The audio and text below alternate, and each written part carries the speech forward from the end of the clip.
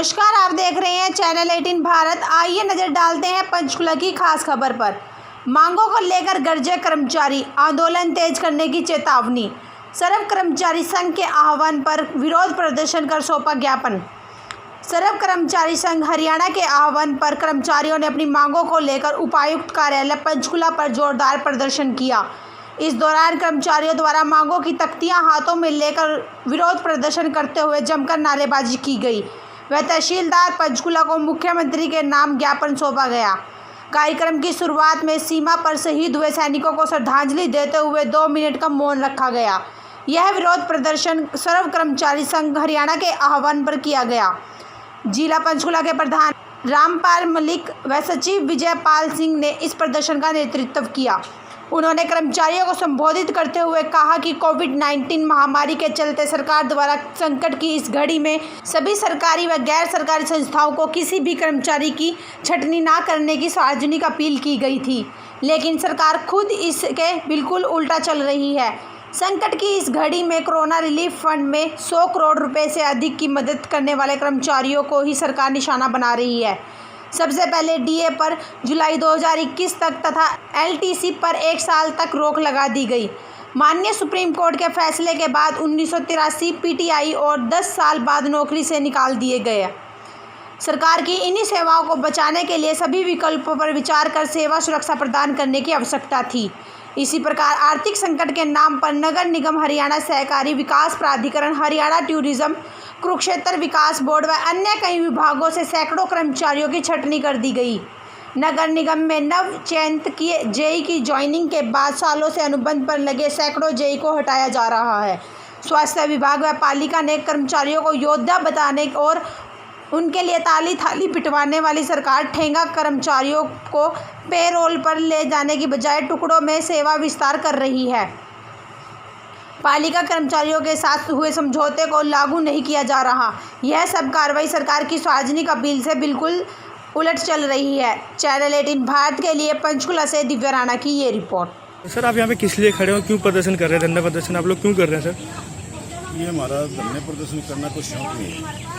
सरकार हमें इसके लिए उकसाती है, मजबूर करती है। जैसे 1983 पीटीआई की नौकरी को एकदम से बर्खास्त करके सरकार ने और इस कोरोना की आड़ में इनको बाहर का रास्ता दिखा दिया। 10 साल में कहाँ जाएंगे यहाँ? और इसी तरह से हमारी डिमांड है कि निजीकरण पर रोक लगाई जाए और जो कोरोना की आड़ में अलग अलग विभागों में आउटसोर्स जो कच्चे कर्मचारी हैं उनको निकाला जा रहा है, उनको निकालना बंद करे सरकार, उनका उत्पीड़न बंद करे और निजीकरण बंद करे, कर्मचारी पर पुरानी पेंशन स्कीम लागू करे। जबकि सबको पता है कि जो भी पॉलिटिशियन लोग हैं सब पुरानी पेंशन ले रहे हैं, तो कर्मचारी ने क्या कसूर कराया, उसको क्यों नहीं दे दी जाती? सर, हम 2006 में फॉर्म अप्लाई किया था गवर्नमेंट ने और 6 के बाद हमारा टेस्ट भी हुआ 2008 में और टेस्ट रद्द हो गया था तीसरे दिन। उसके बाद इन्होंने फिर पेपर की डेट डाली, पेपर फिर नहीं लिया। उसके बाद फिर इन्होंने इंटरव्यू लिया, इंटरव्यू दे के हम भर्ती हुए 2010 में और 2010 के बाद आज हमारे को 2020 में ये बाहर का रास्ता दिखा रहे हैं। तो मेरी तो यही गुजारिश है सरकार से कि हमारे साथ ये अन्याय ना किया जाए। मैम, आप लोग जो ये कर रहे हैं, आपने धरना प्रदर्शन किया हुआ है, कितने दिनों से चल रहा है और मैम इसका कारण क्या है? हमारा धरना प्रदर्शन वैसे तो जिस दिन से हमें रिलीव किया गया है, कुछ साथी हमारे जो महेंद्रगढ़ में, फतेहाबाद में इसी दिन से कर रहे हैं, पर यहाँ पे पंचकुला डिस्ट्रिक्ट में हमने 15 जून से ये धरना प्रदर्शन शुरू किया है। ये इसलिए किया जा रहा है क्योंकि हम सुप्रीम कोर्ट से हमारा 1983 पीटीआई का जो केस था वो 8 अप्रैल को हम वहाँ से हमारा डिसीजन आ गया था और हमें निकाला गया था, पर उसमें सुप्रीम कोर्ट के किसी भी ऑर्डर में ये नहीं लिखा हुआ था कि पीटीआई को 1 या 2 दिन में रिलीव कर दिया जाए। अब हरियाणा सरकार ने क्या किया है कि हमें सिर्फ 3 दिन के अंदर अंदर इन्होंने बिना किसी नोटिस के रिलीव कर दिया है। 27 तारीख को शाम को लेटर जारी होता है कि सबको रिलीव किया जाए, पर उसके बाद फिर ये डिसीजन वापस ले लेते हैं। तो अगले ही दिन ये वापस ले लेते हैं उस डिसीजन को, फिर दोबारा से ये सोमवार को फिर 2 बजे के बाद वही डिसीजन वैसे का वैसे लागू कर देते हैं। ऐसा उस दिन 1 तारीख को मेरे को भी इस चीज़ का पता नहीं था कि आज हमारे साथ कोई ऐसा दुर्भाग्यपूर्ण कार्य होने जा रहा है। मैं 1 जून को मैं स्कूल में गई थी, वहाँ मैंने उस दिन दूध बांटा है, राशन बांटा है, गेहूं चावल बंटवा के आई हूँ मैं साथ में खड़ी होकर, और 2:30 बजे तक मैं ड्यूटी दे के आई हूँ। लेकिन 4:30 बजे क्या है कि मेरे को रिलीव कर दिया जाता है, और अगले दिन चौकीदार मेरे घर आता है और वो मेरे को मेरी रिलीविंग लेटर जो मेरे हाथ में पकड़ा के चला जाता है।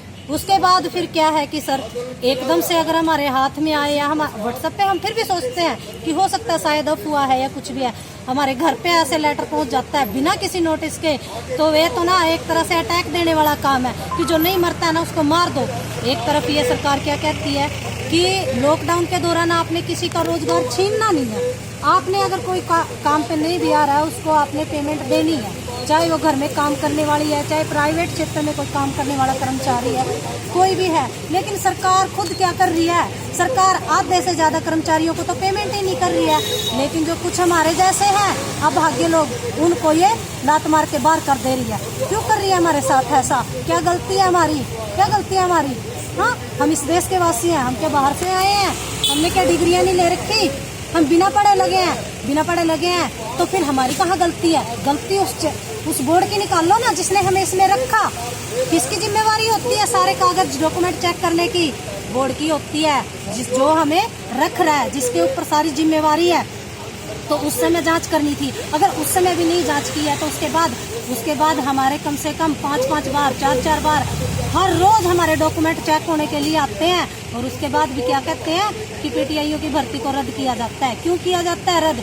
किसी भी भाई बहन में, किसी भी साथी में कोई कमी है उसको बाहर करो, पूरी की पूरी भर्ती की तो गलती नहीं है ना।